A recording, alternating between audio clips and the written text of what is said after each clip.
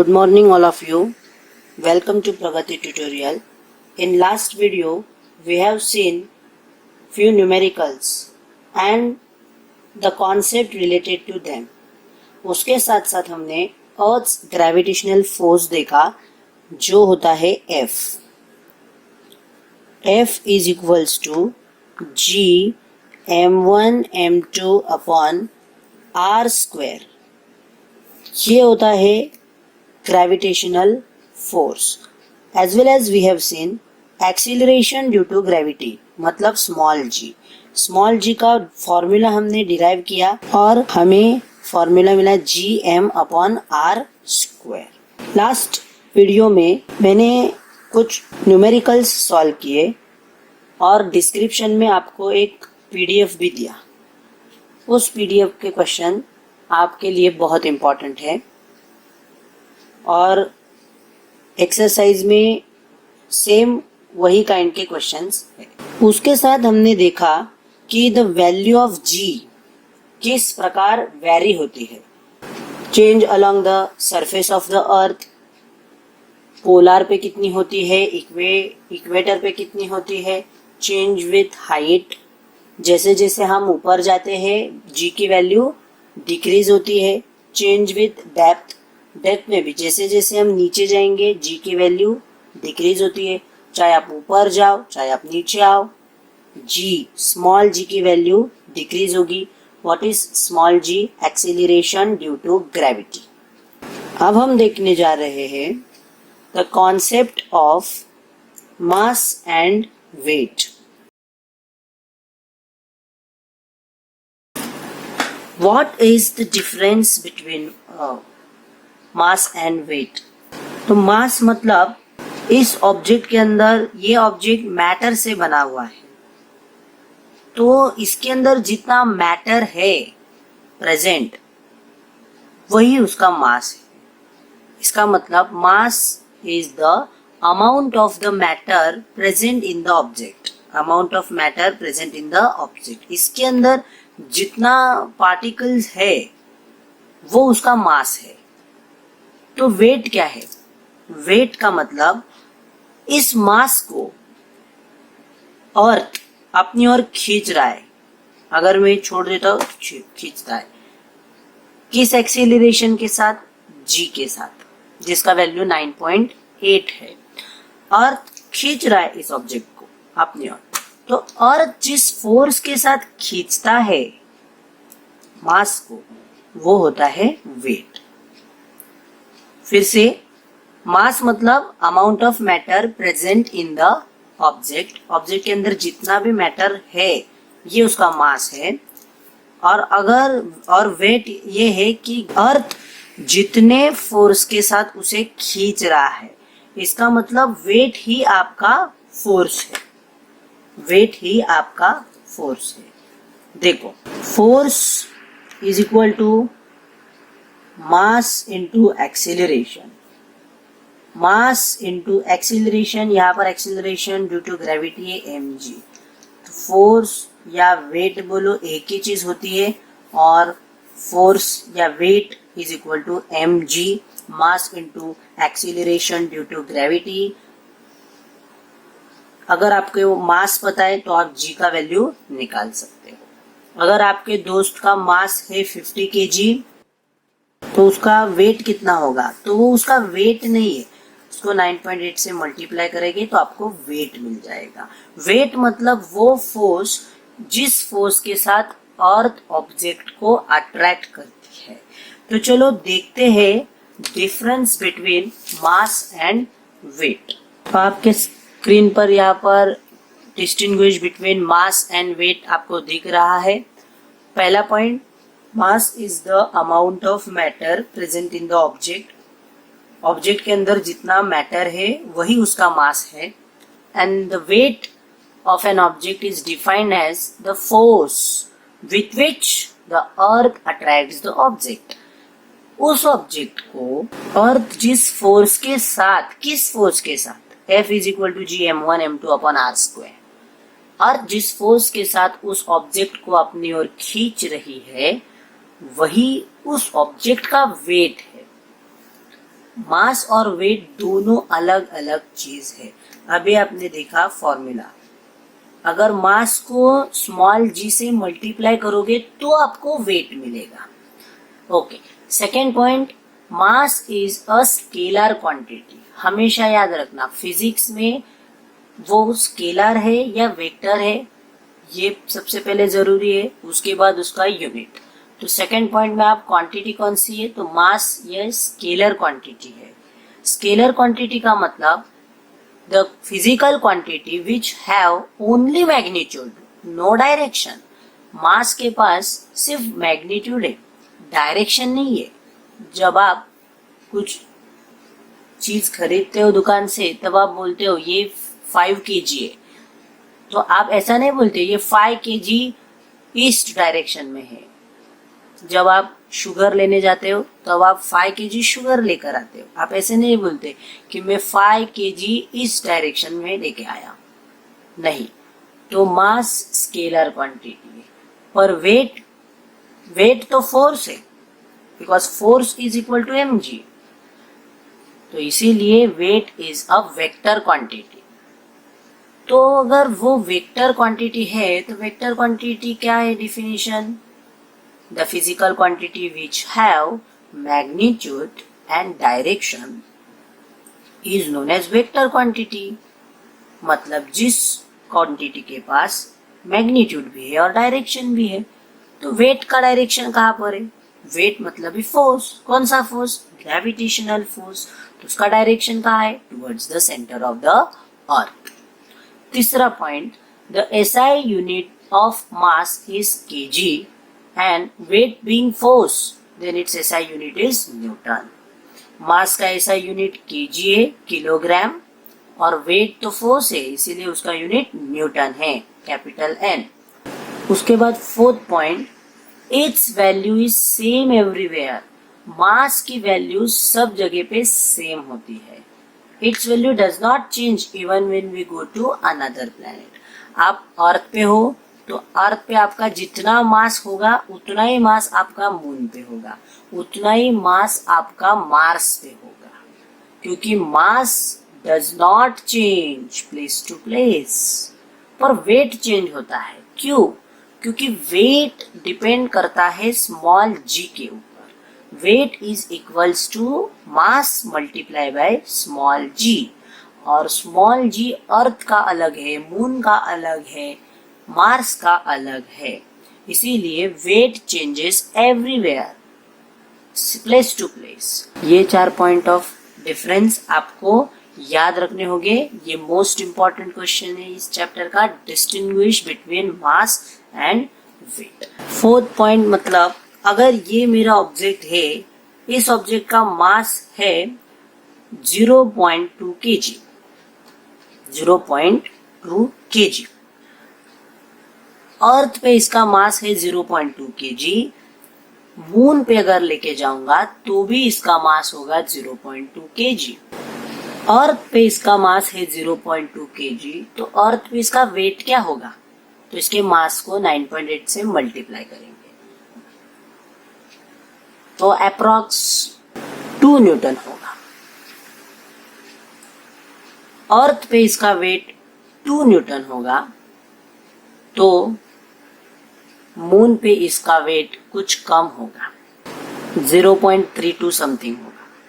मतलब इस कोई भी ऑब्जेक्ट का मास कहाँ पर भी सेम रहता है, कोई भी प्लेनेट वे पर वेट बदलते रहता है। ये है चौथा पॉइंट, फोर्थ पॉइंट। ऐसा क्यों होता है, क्योंकि वेट जी के ऊपर डिपेंड है। और ये हम 9.8 क्यों लेते हैं जी, क्योंकि हम अर्थ के बारे में बात कर रहे हैं, हम अर्थ के ऊपर है। जब मून पे जाओगे तो जी का वैल्यू 1.63 है, तो उस वक्त जी का वैल्यू बदलेगा तो आपका वेट तो बदल ही जाएगा, क्योंकि वेट मतलब मास को जी से मल्टीप्लाई करो, तो वेट बदलना ही है प्लेस टू प्लेस। उसके बाद ग्रीन बॉक्स में आपको एक इंफॉर्मेशन दी गई है। हम जो वर्ड यूज करते हैं वेट हमारे डेली लाइफ में, वो एक्चुअली हम मास और वेट दोनों के लिए करते हैं। और हम वेट गिनते हैं केजी में। हमारे डेली लाइफ में जो हम गिनते हैं कि इसका वजन कितना है, तो हम बोलते हैं 5 किलो है। इसका वेट कितना है, तो इसका वेट है 5 kg, 10 kg। तो तुम बोल रहे हो वेट और यूनिट लगा रहे हो मास का, तो एक्चुअली वो वेट नहीं होता है, वो मास होता है। अगर दो स्केल आपने लिया, स्केल बैलेंस तराजू, तो तराजू में भी मास का डिफरेंस मेजर होता है। यहाँ पर आपने 2 kg रख दिया, यहाँ पर आपने 2 kg, तो वो बैलेंस करता है। तो उन दोनों का मास 2 kg है, पर हम बोलते हैं वेट है। अगर हम हमारे साइंटिफिक भाषा में कहते हैं कि राजीव का वेट 75 kg है, राजीव का वेट हम ऐसा ही कहते हैं, उसका वजन कितना है 75 kg, तो वो वेट नहीं है, वो मास है। तो फिर अर्थ पर उसका वेट कितना होगा, तो weight is equal to mass multiply by g, mg। तो मास कितना है 75, g का वैल्यू कितना है 9.8। तो आप अगर मल्टीप्लाई करोगे तो यू विल गेट 735 न्यूटन। तो ये हो गया आपके दोस्त राजीव का मास 75 kg और वेट 735 न्यूटन। अब आप भी कैलकुलेट करो, आपका खुद का मास कितना है। देखो, अगर आप 40 kg के हो तो ये आपका वेट नहीं है, ये आपका मास है। तो आपका वेट कितना होगा अर्थ पे, कैलकुलेट करो आपका अर्थ पे कितना वेट है। तो मून पे इसका वेट क्या होगा राजीव का, on moon is equal to weight on earth divide by 6, क्योंकि 1/6 होता है। अर्थ पे वेट कितना है 735, डिवाइड बाय 6 करोगे तो आपको मून पे वेट मिल जाएगा। Use your brain power. उसमें फर्स्ट क्वेश्चन पूछा है, will your weight remain constant as you go above the surface of earth. जब आप अर्थ के सरफेस से ऊपर जाते हो, ये अर्थ है और ये आप हो, जब आप अर्थ के सरफेस से ऊपर जा रहे हो, यहाँ जा रहे हो, तो यहाँ पर आपका वेट जो है वही वेट यहाँ रहेगा, कांस्टेंट रहेगा। तो आंसर है नो, इसका आंसर है नो, वो कम होगा। क्यों, क्योंकि जैसे जैसे हम ऊपर जाते हैं वैसे वैसे स्मॉल g की वैल्यू कम होती है। हमने लास्ट लेक्चर में देखा कि हिमालय के ऊपर और भी ऊपर हम जाएंगे तो g का वैल्यू 9.7, फिर 0.225 एक मोमेंट पे। जैसे जैसे हम ऊपर जाते हैं स्मॉल g का वैल्यू कम होता है, और अगर स्मॉल g का वैल्यू कम होगा तो आपका वेट भी कम होगा, क्योंकि इधर आप कम से मल्टीप्लाई करना पड़ेगा। मास कम नहीं होगा आपका, मास रिमेन्स सेम एवरीवेयर, तो it will decrease because it depends on, इसका रीजन आप लिखोगे, because it depends on small g and small g changes with height, decreases with height, it will decrease. Okay, second question है, suppose you are standing on a tall ladder. अब आप earth पे ही हो पर आप एक बहुत बड़े सीढ़ी के ऊपर खड़े हुए हो, बहुत टॉल लैडर के ऊपर आप यहाँ पर हो, और वहां से आपका जो डिस्टेंस है अर्थ के सेंटर तक, वो डिस्टेंस अब है 2r। 2r means 2 times radius of earth. What will be your weight, तो वेट कितना होगा, तो हम जानते हैं F is equal to G m1 m2, या हम कैपिटल M स्मॉल m भी लिख सकते हैं। एक बड़े ऑब्जेक्ट का मास छोटे ऑब्जेक्ट का मास, m1 m2 वही हो गया। r स्क्वायर, फोर्स जानते हो आप। तो अब मैंने क्या किया, ये जो डिस्टेंस है जो r हम लेते हैं उसे डबल कर दिया। वेट पे क्या असर, क्या इफेक्ट गिरेगा, तो सिंपल, ये जो वही क्वेश्चन है जो मैंने असाइनमेंट में दिया था, if distance doubled what happen. तो अगर आप ये रेडियस की जगह 2r लेते हो तो 2 2 जा 4, डिनोमिनेटर में 1/4 आएगा, और फोर्स बिकम 1/4 टाइम्स। फोर्स मतलब ही weight, your weight becomes 1/4 times. ऐसा लिख सकते हो, या तो लिखोगे वेट डिक्रीजेस बाय 4। जब आप डिक्रीज वर्ड लिखोगे तब आप फ्रैक्शन में नहीं लिखोगे, सिर्फ एक नीचे वाला नंबर लिखोगे. Okay, so I hope you have understood this. Solve example number 1, page number 10. Example आप देख सकते हो. If a person weighs 750 newton on earth. मतलब गिवन डेटा क्या है आपका, weight of a person on the earth. तो मैं इसको WE लिखता हूँ. Weight on the earth is 750 newton. How much would be his weight on the moon. तो हमें फाइंड क्या करना है, weight on the moon. Same रहेगा, नहीं रहेगा, सेम रहने वाला नहीं है. वेट कितना होगा. Given that moon's mass is, मतलब mass of moon m, mass of moon is 1/81 times that of the earth. मतलब mass of earth. And its radius means radius of moon is 1/3.7 times radius of earth. ये given condition है. तो आप बोलोगे sir 750 को direct 6 से divide करो. अभी आपने बताया 7 वेट जो अर्थ पे रहता है उसको 6 से डिवाइड करो. तो ये 6 टर्म आया कहाँ से, तो पहले हमने कैलकुलेट किया था इसीलिए. पर ये सम सॉल्व करते वक्त आपको ये 6 डायरेक्ट नहीं करना है, क्योंकि उन्होंने हमें कंडीशंस दिए 1/81, 1/3.7. So we have to use this condition. ये आपका फर्स्ट गिवन कंडीशन है. सपोज आप मास ऑफ अर्थ वहां ट्रांसफर करोगे तो आपको क्या मिलेगा, m मास ऑफ मून, ये मल्टीप्लाई मास ऑफ अर्थ उधर गया divide mass of earth is equal to 1/81. ये आपको एक मिल गया, इक्वेशन 1 कह दो आप. ओके, सेम अगर रेडियस के लिए मुझे करना है अर्थ अपॉन RM, तो मैं RM को यहां लाता हूं तो ऊपर R ही रहेगा और नीचे RM, ऐसा मुझे चाहिए. आप कैसे भी कर सकते हो. तो 37 वहां पर ट्रांसफर करो, 3.7 और 1 नीचे, तो 1 नीचे लिखने की जरूरत नहीं है. This is second equation. अब आप कहोगे सर यहाँ पर अपने मून को ऊपर लिया, अर्थ को नीचे, यहाँ पर अर्थ को ऊपर मून को नीचे. ऐसा कुछ नहीं, आप कुछ भी कर सकते हो. अगर मून को ऊपर ले लूंगा तो 1/3.7 आएगा. बाद में मैं मुझे लगेगा तो मैं इन्वर्ट करके कर सकता हूं. अब हम एज्यूम करते हैं let the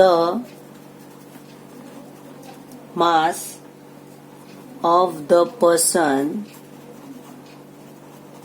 B m. Person का मास m है, उसका अर्थ पे वेट कितना होगा. तो चलो WE मतलब weight on the earth is equal to m into G. Mass on the earth, mass तो सब जगह सेम रहेगा, G of earth. Weight on the earth आपको तो पता है कितना है, 750 m into GE acceleration due to gravity on the earth.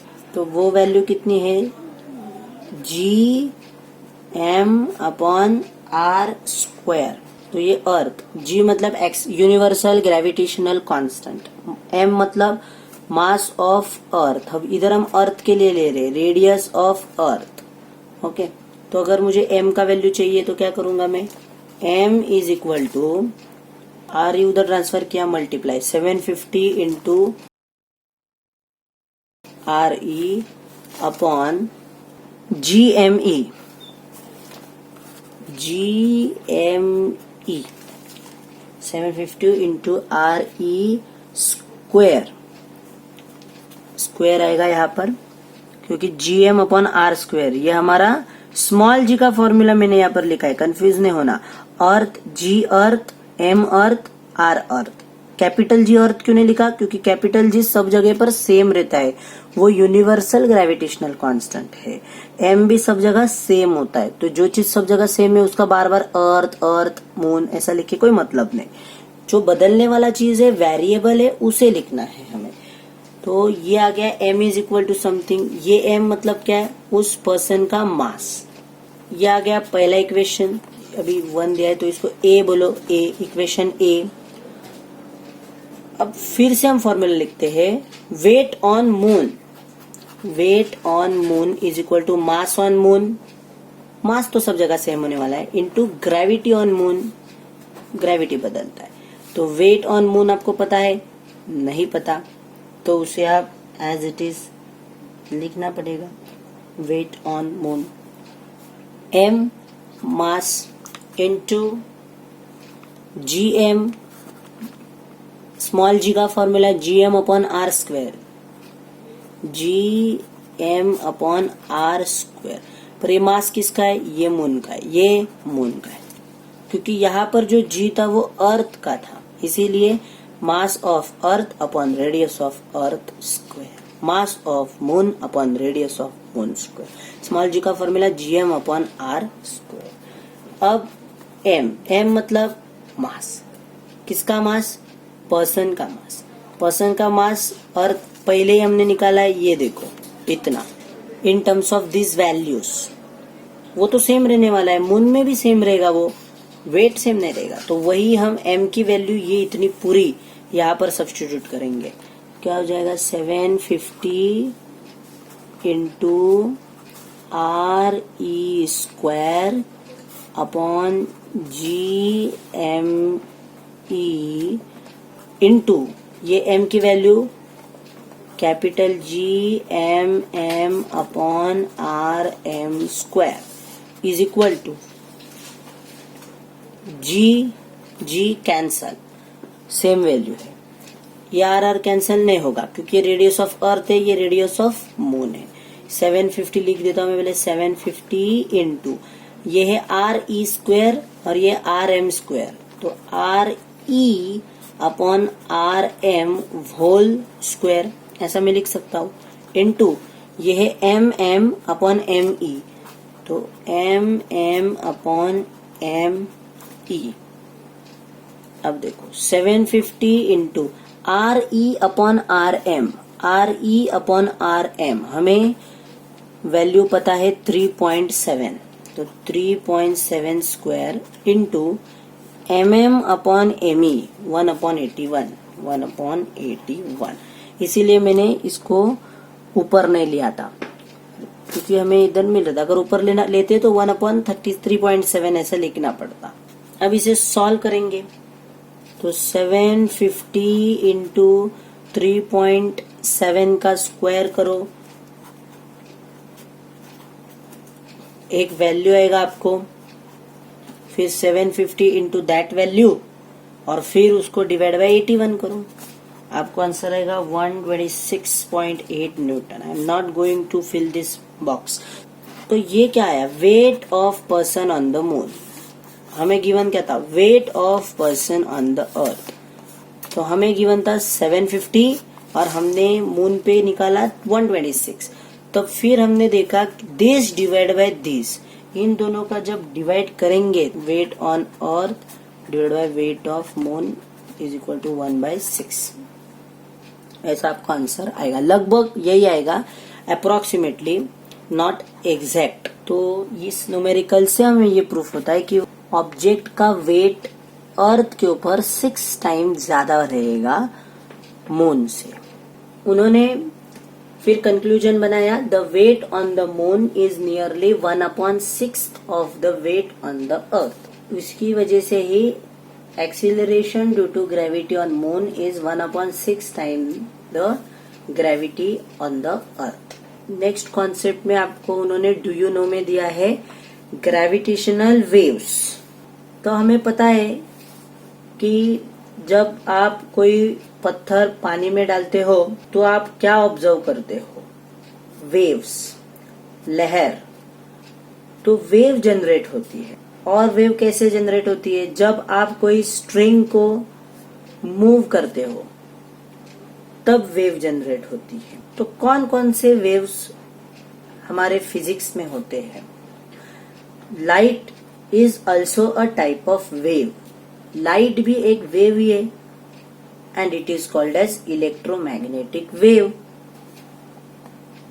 Gamma rays, X-rays, ultraviolet rays, infrared rays, microwave and radio waves are all different types of electromagnetic waves. ये जो अब हमने नाम दिए ये इलेक्ट्रोमैग्नेटिक वेव्स के डिफरेंट टाइप्स है. आपको क्वेश्चन आएगा, what are the different types of electromagnetic waves? Astronomical objects emit these waves and we receive them using our instrument. वो एस्ट्रोनॉमी में जो भी ऑब्जेक्ट है ये वेव को एमिट करते हैं, रिलीज करते हैं और उन वेव को हम कलेक्ट करते हैं इंस्ट्रूमेंट के सहारे से. और इसीलिए हम इन्हीं वेव के कारण हम यूनिवर्स का नॉलेज कलेक्ट कर सकते हैं. तो ग्रेविटेशनल वेव ये भी एक टाइप का वेव ही है. They have been called the waves on the fabric of space time. Gravitational wave भी होता है. इसका प्रेडिक्शन सबसे पहले आइंस्टाइन ने किया था इन 1916 और उन्होंने ये भी कहा था कि वो वेव्स बहुत वीक है. जैसे हमारा ग्रेविटेशनल फोर्स बहुत वीक होता है पर वो यूनिवर्स को गवर्न करता है क्योंकि उसमें बहुत बड़े बड़े मास इन्वॉल्व होते हैं. Mass is directly proportional, product of the mass is directly proportional to gravitational force. तो ये ग्रेविटेशनल वेव्स बहुत वीक होते हैं और बहुत मुश्किल होता है उन्हें डिटेक्ट करना, उन्हें पहचानना, आइडेंटिफाई करना, पकड़ना. हमारे साइंटिस्ट ने एक इंस्ट्रूमेंट बनाया है LIGO, LIGO, LIGO. What is the full form of LIGO? Laser Interferometric Gravitational Wave Observatory is the prominent one. Exactly after 100 years of their prediction, scientists detected these waves coming from an astronomical source. Astronomical source से ये जो wave आते थे, आज उन gravitational waves को detect करना संभव हुआ है इस इंस्ट्रूमेंट के वजह से. जो वेव आइंस्टाइन ने 100 साल पहले, बहुत पहले प्रेडिक्ट की थी. और इस डिस्कवरी में, इस इंस्ट्रूमेंट की डिस्कवरी में इंडियन साइंटिस्ट का रोल भी सिग्निफिकेंट रहा है और इसीलिए हम उनके वेव्स को डिटेक्ट कर सकते हैं.